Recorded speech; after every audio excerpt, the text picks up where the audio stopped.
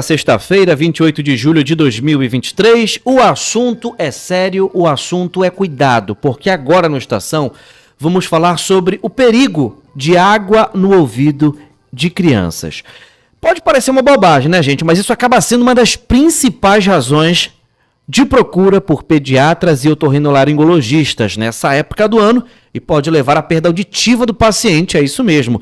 E a garotada tomando banho em piscinas, igarapés e praias são as mais vulneráveis. Para isso, nós recebemos agora a Izzy Pardal, ela que é fonoaudióloga e vai tirar todas as dúvidas com a gente.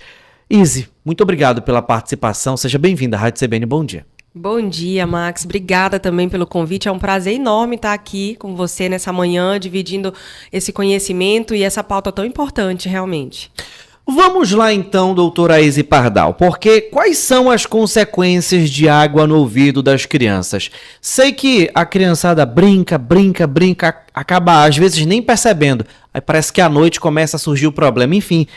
Conta pra gente o tamanho desse perigo. Exatamente. Na maioria das vezes, logo depois da piscina, eles não vão relatar que tá ali sentindo a aguinha no ouvido. Quando chega realmente na hora de dormir, muitas vezes aquele incômodo não vai permitir com que eles durmam, né? Com que eles se ajeitem ali da melhor forma no travesseiro, enfim.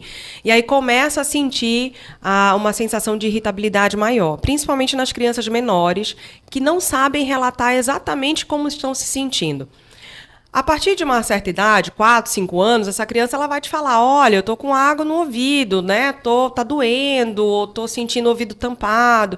Mas em crianças menores que ainda não sabem se expressar, né, de uma forma mais completa, vai ficar um pouco mais difícil dos pais entender o que está acontecendo. Então, se a orelha da criança estiver vermelhinha, se ela está mais irritada, se ela está pondo a mão no ouvido, ou se está, né, colocando assim a mãozinha para coçar. Então, o que leva a crer é que pode ter alguma coisinha no ouvidinho dela que precisa ser melhor investigado. E em crianças menores, o ideal é realmente levar para um médico otorrinolaringologista e logo depois fazer exames auditivos também, porque o que você falou é certo. Logo que se tem esse tamponamento ali pelo acúmulo de água, ou até mesmo que pode gerar infecções, né, e se agravar um pouco mais, essa perda de audição em crianças menores, ela pode influenciar muito de forma negativa no desenvolvimento, não só auditivo, mas, claro, de linguagem também. As crianças que estão em desenvolvimento e naquela fase de fala, né, de desenvolvimento de fala, quando elas têm uma limitação em relação à qualidade auditiva, ela também não consegue desenvolver bem nesse desenvolvimento de fala. E quando isso passa a ser recorrente, nós já temos muitos casos, realmente, de crianças com atraso de fala por conta de infecções de ouvido recorrente, isso passa a realmente ser um problema e que precisa de um tratamento indicado ali por um especialista como um médico otorrinolaringologista e depois passar com um fonoaudiólogo para fazer os exames auditivos e se certificar de que realmente não há perda de audição ou que aquela perda de audição que normalmente era momentânea passou, né? Então, garantir que essa criança esteja ouvindo muito bem para que esse desenvolvimento continue da melhor forma. Agora sim, né? Nós temos aí pais e mães responsáveis que, por exemplo, às vezes no desespero, acaba fazendo coisas que não devem, né? Por exemplo, a gente vê que, por exemplo, ali naquele momento, entrou água no ouvido. Pode ser um problema muito grande, mas vai lá, organiza direitinho, procure ir no especialista. Mas eu quero que você passe um recado para aquele pai e aquela mãe que estão naquele momento e pensam em fazer alguma coisa ali. Bate na cabeça da criança, vai ter que pular um pouquinho, bota a criança de lado, de cabeça para baixo. O que dá para fazer naquele momento, hein, doutora? É isso. Quando a criança é um pouquinho maior e vai entender, né, o teu comando, você pode falar assim dos pulinhos, inclinar a cabeça para o lado acometido, né, para tentar tirar aquela água empoçadinha ali. Caso não consiga, e no outro dia, esperar o outro dia, se a criança não tiver muito incômodo e conseguir dormir, é ir realmente no médico otorrinolaringologista para que retire. Não é indicado, Max, colocar nenhum tipo de produto dentro do ouvido, né, sem realmente uma recomendação médica. Inclusive, nem usar aquela haste flexível também, que todo mundo gosta de colocar no ouvido, aquilo também é um perigo, e principalmente em condutos tão pequenininhos quanto de criança, que você não tem certeza do tamanho. Cotonete, né? É o gente famoso costuma cotonete. falar o nome da marca. Porque acaba empurrando mais ainda, né, doutora? Exatamente. Você não sabe... Um dos maiores perigos também, Max, e que isso realmente pode evoluir para uma infecção, por exemplo, ou evoluir para dor, é quando a criança tem cera dentro do ouvido, o que é normal, vamos lá, né? Normal o acúmulo de cera. Só que às vezes esse acúmulo é tão grande que quando ele vai para a piscina, aquela água que entrou no ouvido, ela amolece um pouquinho, faz com que haja um tamponamento e uma pressão maior no ouvido da criança. Então, mesmo dando os pulinhos, a inclinação da cabeça, não vai sair. Então, ele precisa realmente ir no médico otorrinolaringologista para que seja retirada aquele tamponamento, aquela cerinha, né, o acúmulo daquela cera, para que realmente a criança fique bem, né, e com a retirada de uma forma correta por um médico especialista. E só depois disso, inclusive, é que a gente pode fazer os exames audiométricos, né? Se certificar de que está tudo bem com a audição daquela criança. Bom, e é sobre verificar, ver se está tudo ok ou não, doutora, é que em casos de situações mais graves, tem a chance aí da perda auditiva? Tem sim. Na verdade, assim, a maioria das vezes que se é acometido por conta de infecções, né, da orelha externa e média, muitas vezes quando é tratada, essa perda de audição, ela também passa. Então, a gente chama de uma perda de condução, uma perda condutiva, uma perda transitória. Só que o tempo que essa criança fica com essa perda, e se for algo recorrente, influencia negativamente naquele desenvolvimento de fala e de linguagem dessa criança. E no aprendizado escolar, dependendo da fase em que essa criança esteja. Então, é importante realmente se verificar se é algo recorrente ou não, para tratar de uma forma mais fidedigna, de uma forma mais que passe realmente mais tempo sem esse tipo de infecção. Agora, se é algo que não é tratado, ou muitas vezes a criança não relata que tem, né, que está sentindo dor, ou que está sentindo esse incômodo e fica por muito tempo com aquilo, de fato pode se agravar. Muitas vezes, se é só essa água que entra e tem essa cerinha do ouvido que é mexida e se transforma nessa irritabilidade de pressão, dessa perda de audição, vai ser resolvida de uma forma mais rápida. Agora, se essa água, por exemplo, está contaminada com bactérias e leva essa bactéria para dentro do ouvidinho, o que acontece muito, principalmente nessa época de verão, que tem muita gente nas praias, nas piscinas, né? Então, as viroses acontecem com mais frequências, por exemplo, nessa época. Então, se essa água estiver contaminada e levar essa bactéria para dentro do ouvidinho da criança, se transforma numa infecção e que pode se agravar. Pode causar problemas também de perfuração timpânica, e aí a gente agrava um pouquinho mais o quadro.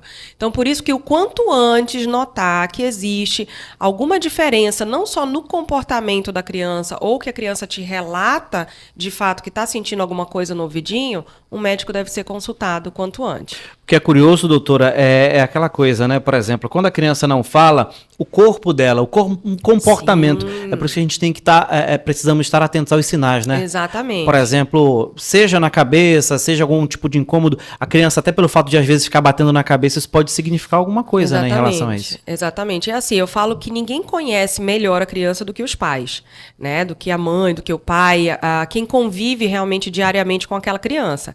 Então, ficar atento em qualquer mudança de comportamento dela. Principalmente se é uma criança que antes dormia bem, agora está demorando para dormir, não quer ficar deitada de um certo lado, que antes ficava, né? Tá o tempo todo com o dedo no ouvido, né? Dentro ali do ouvido, tentando como se estivesse tirando alguma coisa. Você percebe que está avermelhado em volta. Você percebe que a criança não deixa tocar, por exemplo, perto do ouvido. Agora, doutor, uma dúvida aqui. Eu não sei se esse ponto já foi colocado, acredito que não. No caso, por exemplo, a água entrou. A única forma dela sair é por onde ela entrou mesmo? Existe alguma possibilidade de essa água não existir mais, ou ela vai ficar ali dentro até não sei quando? A não ser que a criança já tenha algum tipo de perfuração, essa água ela vai adentrar até a orelha média, né? E aí causar realmente... O perigo é maior. O perigo ainda é maior. E aí, Izzy, como é que eu sei se meu filho tem perfuração ou não? Porque assim, o ouvido a gente só consegue visualizar com um equipamento específico. né? Que é um otoscópio, por exemplo, né? Que aí tem uma lanterninha, a gente consegue adentrar no conduto auditivo para examinar esse conduto. Então, a gente vai ver a integridade da membrana depois desse exame. Então, não tem como a gente ver a olho nu. Né? E se aconteceu algum episódio na vida daquela criança e a gente não sabe que existe ali uma perfuração, o perigo de fato é maior. Existe como prevenir, Max, por exemplo, quando você percebe que é algo recorrente, tipo, o meu filho toda vez que vai para a piscina, eu vejo que ele se incomoda, que fica água ali no ouvido, ele me relata. Existe. É sobre isso, eu tenho até um amigo que, por exemplo, desde a infância ele sofre com isso. Eu estava até conversando isso com você, mas no meu caso, mas você pode concluir, porque isso é um pouco comum, né, doutora? Exatamente, é comum, né, e assim... muito mais comum até do que a gente pensa, principalmente nós que a gente estava, né, conversando aqui antes. Olha, eu nunca sofri de dor de ouvido, eu também não, sempre tomei banho de piscina. A anatomia, às vezes, do nosso conduto pode ter nos ajudado e muito, mas quando tem um conduto um pouquinho mais fechadinho, atrésico, que a gente chama, né, um pouquinho mais fechadinho, menor, mais curvadinho, faz com que realmente tenha uma facilidade maior de deixar essa água presa lá dentro, né? Agora, para prevenir, por exemplo, a melhor forma é a gente fazer um tampão. E existem tampões personalizados para cada conduto auditivo que é feito sobre moldagem, né? Então, novamente, a nossa dica é que procure um fonoaudiólogo, porque é feito por eles, né? Ver onde é que pode fazer esse tampão, para que seja algo que possa ser usado durante o banho de piscina. E às vezes, Marcos, tem criança que até durante o banho normal, em casa, com chuveiro, entrou a aguinha no ouvido, pode ser que ali já influencie também para essa sensação negativa. Então, se isso tem acontecido de forma recorrente, é importante prevenir usando esse tampãozinho para evitar com que essa água realmente entre em contato com o conduto auditivo e fique lá. Doutora, até porque a gente tem que se preocupar com a criança na praia, na piscina, em relação, olha, não faz isso, não faz aquilo, fica perto de mim. A gente se preocupa com o protetor solar, pelo amor de Deus, não vai ficar muito exposto ao sol. Mas a gente tem que se atentar a outros cuidados como esse que a gente está trazendo aqui em pauta hoje, né, doutora? Exatamente. Não adianta, tá tudo associado, principalmente em relação às férias escolares, né, onde cada vez mais se frequenta a praia, se frequenta a piscina e criança, você sabe, né, se der confiança, tá todo dia ali. O nosso clima é muito convidativo, né? Então, assim, o nosso verãozão aqui realmente pede praia, pede piscina, pede garapés, né, pede tudo isso que realmente envolva um pouco mais de refresco aqui pra gente. Mas, e assim, não é que a gente vá limitar, por exemplo, essa criança no banho de piscina, mas a gente pode realmente ter um pouco mais de cuidado.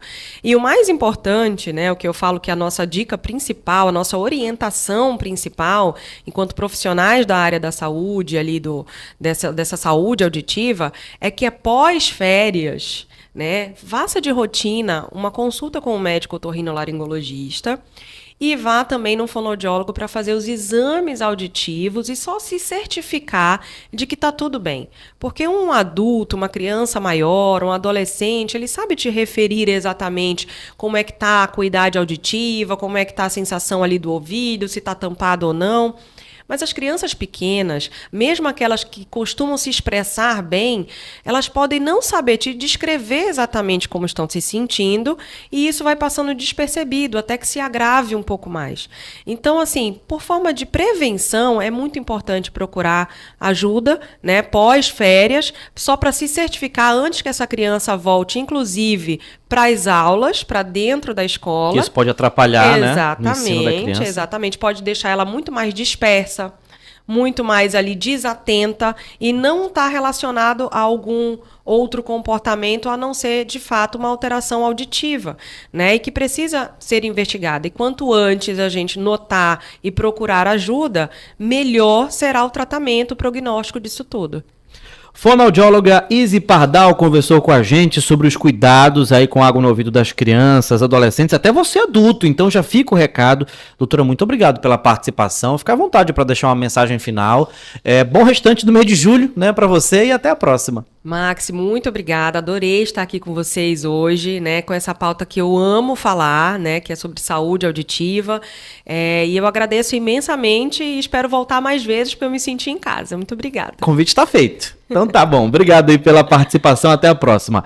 9h49, intervalo, daqui a pouco a gente volta com mais Estação CBN.